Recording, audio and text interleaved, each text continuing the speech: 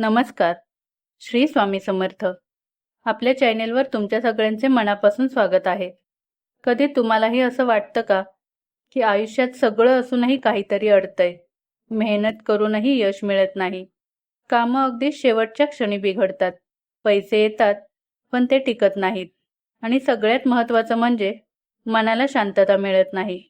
अशा वेळी अनेक जण एकच गोष्ट म्हणतात की तुझ्यावर शनीची वक्रदृष्टी आहे. पण खरंच का शनिदेव आपल्यावर रागवतात की या सगळ्यामागे काही खोल सत्य दडलं आहे? आज आपण हाच विषय अगदी सोप्या पद्धतीने समजून घेणार आहोत. कारण सत्य हे आहे की शनिदेव कधीही कोणावर अन्याय करत नाहीत. ते न्यायाचे देव आहेत आणि ते फक्त आपल्या कर्मानुसार आपल्याला फळ देतात. आपण आयुष्यात जे काही करतो, जसं वागतो, ज्या प्रकारे इतरांशी व्यवहार करतो, त्याचं प्रतिबिंब आपल्यालाच परत मिळतं. आणि हाच शनिदेवांचा खरा नियम आहे. अनेक वेळा आपण नकळत काही अशा सवयी लावून घेतो ज्या आपल्यालाच नुकसान करतात. जसं की खोटं बोलणं, लोकांची फसवणूक करणं किंवा कोणाचा विश्वास तोडणं. सुरुवातीला कदाचित आपल्याला वाटतं की आपण हुशारी करत आहोत, पण हळूहळू याचे परिणाम दिसायला लागतात. लोक आपल्यापासून दूर जातात, आपल्यावर विश्वास ठेवणं बंद करतात आणि आयुष्यात गोंधळ वाढायला लागतो. याच वेळी लोक म्हणतात की शनीची वक्रदृष्टी लागली आहे. पण खरं पाहिलं तर ते आपल्या कर्माचंच फळ असतं. तसंच अनेक वेळा आपण गरीब, दुर्बल किंवा वृद्ध लोकांकडे दुर्लक्ष करतो किंवा त्यांना कमी लेखतो. काही लोक तर त्यांचा अपमानही करतात. पण लक्षात ठेवा, शनिदेव हे अशा लोकांचे रक्षक मानले जातात. जे लोक स्वतः कमजोर असतात, ज्यांच्याकडे शक्ती नसते, त्यांच्यासाठी शनिदेव उभे असतात. त्यामुळे जर आपण अशा लोकांना त्रास दिला, त्यांचा अपमान केला, तर त्याचा परिणाम आपल्या आयुष्यावर नक्कीच होतो. त्याचप्रमाणे अहंकार ही सुद्धा एक खूप मोठी चूक आहे. जेव्हा माणूस स्वतःला सर्वात मोठं समजायला लागतो आणि इतरांना कमी लेखतो, तेव्हा तो हळूहळू वास्तवापासून दूर जातो आणि अशा वेळी शनिदेव त्याला खाली आणतात, त्याला त्याची खरी जागा दाखवतात. आता जर आपण आळस आणि कामचुकारपणाबद्दल बोललो, तर ही एक अशी सवय आहे जी शांतपणे आपले आयुष्य खराब करत असते. शनिदेव मेहनतीला खूप महत्त्व देतात आणि जो माणूस प्रामाणिकपणे मेहनत करतो त्याला ते नक्कीच फळ देतात. पण जो माणूस काम टाळतो, आळस करतो, सतत बहाणे करतो, वेळ वाया घालवतो, त्याला आयुष्यात संघर्ष हा करावाच लागतो. त्यातच जर चुकीच्या मार्गाने पैसा कमावण्याची सवय लागली, जसं की फसवणूक, लाचखोरी किंवा बेईमानी, तर तो पैसा कधीच टिकत नाही आणि शेवटी तो दुःखच देतो.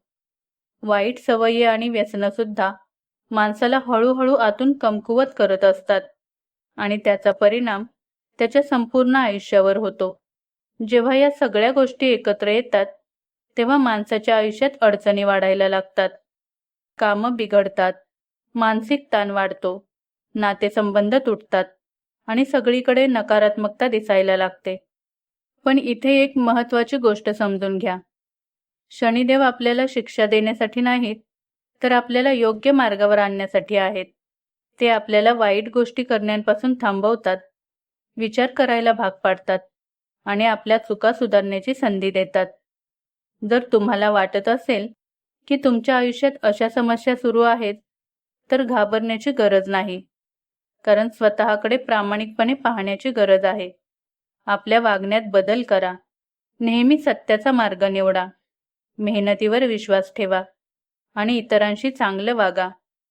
गरिबांना, गरजूंना मदत करा, त्यांना साथ द्या आणि आपल्या आयुष्यात सकारात्मकता आणा. शनिवारी शांतपणे शनिदेवांची प्रार्थना करा, शनिमंत्र जपा आणि आपल्या मनाला स्थिर ठेवणं सुद्धा खूप उपयोगी आहे. पण सर्वात मोठा उपाय म्हणजे स्वतःमध्ये बदल करा. कारण जेव्हा आपण बदलतो, तेव्हा आपलं नशीब सुद्धा बदलायला लागतं. शेवटी एवढंच सांगायचं आहे की शनिदेव आपले शत्रू नाहीत, ते आपले गुरु आहेत. ते आपल्याला जीवनातील कठीण धडे शिकवतात, जे आपल्याला मजबूत बनवतात आणि योग्य मार्गावर नेतात. त्यामुळे अडचणींना घाबरू नका. त्यातून शिका आणि पुढे जा. जेव्हा तुमचं कर्म चांगलं असेल तेव्हा शनिदेवांची कृपा तुमच्यावर आपोआप होईल आणि तुमचं आयुष्य हळूहळू सुधारायला लागेल. म्हणूनच आयुष्यात जे काही घडतंय त्याला फक्त नशीब समजू नका. कदाचित तो एक संकेत असतो. आपण थांबून स्वतःकडे पाहावं, आपल्या चुका ओळखाव्यात आणि योग्य मार्ग निवडावा. कारण शनिदेव आपल्याला अडचणीत टाकत नाहीत, ते आपल्याला मजबूत बनवत असतात. आणि जेव्हा माणूस स्वतःमध्ये बदल करतो तेव्हा त्याचं नशीब देखील त्याला साथ देतं. कदाचित तुम्हालाही या सगळ्यात तुमच्या आयुष्याशी संबंधित काही गोष्टी जाणवल्या असतील, तर त्या खाली कमेंटमध्ये नक्की सांगा. आणि जर हा व्हिडिओ तुम्हाला थोडासा तरी उपयोगी वाटला असेल तर तो आपल्या जवळच्या लोकांपर्यंत शेअर करायला विसरू नका. आणि अशाच माहितीपूर्ण व्हिडिओसाठी आपल्या अविरत प्रवाह या चॅनेलला सबस्क्राईब करून बेल आयकॉनवर क्लिक करायला विसरू नका. तर पुन्हा भेटूया पुढील व्हिडिओमध्ये. श्री स्वामी समर्थ.